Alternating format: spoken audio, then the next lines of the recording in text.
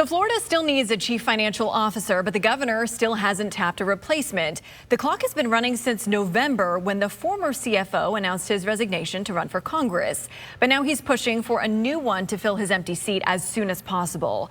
Our Capitol reporter Forrest Saunders lives and breathes politics up in Tallahassee and explains the push for a replacement. It was late November that Florida's CFO decided to become its former CFO.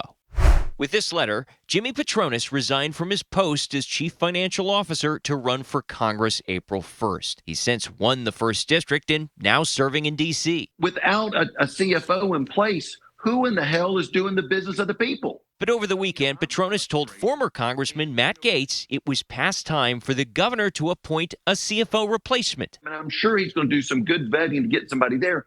But damn it, you need a CFO to make sure that the people's dollars are being what's he watched. waiting on, And so Jimmy? I'm frustrated. Governor Ron DeSantis has said he wanted to wait for the session to wrap up before making the pick, preferring to focus on the ongoing budget debate, which has pushed lawmakers into more than a month of overtime. DeSantis explained his thinking last month. Obviously, dust is still settling. Now, it doesn't mean at this juncture that I couldn't do anything before a budget gets laid on the desk, but I also just am mindful that there's still work to be done, and I just want to make sure that we kind of see that process through. But we will do it, and that will happen, relatively soon. Since then, things have been pretty quiet. DeSantis allies suggest State Senator Blaise Ingoglia will get the nod, while President Donald Trump and Florida House Speaker Danny Perez have backed State Senator Joe Gruters. I just know that we left the state of Florida in the best fiscal health it's ever been in the history of the state of Florida. Patronis seemed to have cooled off when we spoke about all of it on Monday, though he reiterated his push for an appointment ASAP, saying a talent drain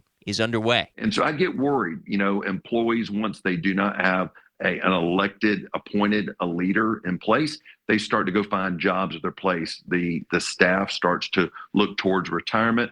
People start to move on to other jobs. And Florida doesn't need just a CFO. DeSantis is also missing his lieutenant governor after Jeanette Nunez stepped down to become president of Florida International University. Pundits now waiting and watching for both appointees, which could likely have ramifications in the 2026 midterms, especially in the race for governor. In Tallahassee, Forrest Saunders, ABC Action News.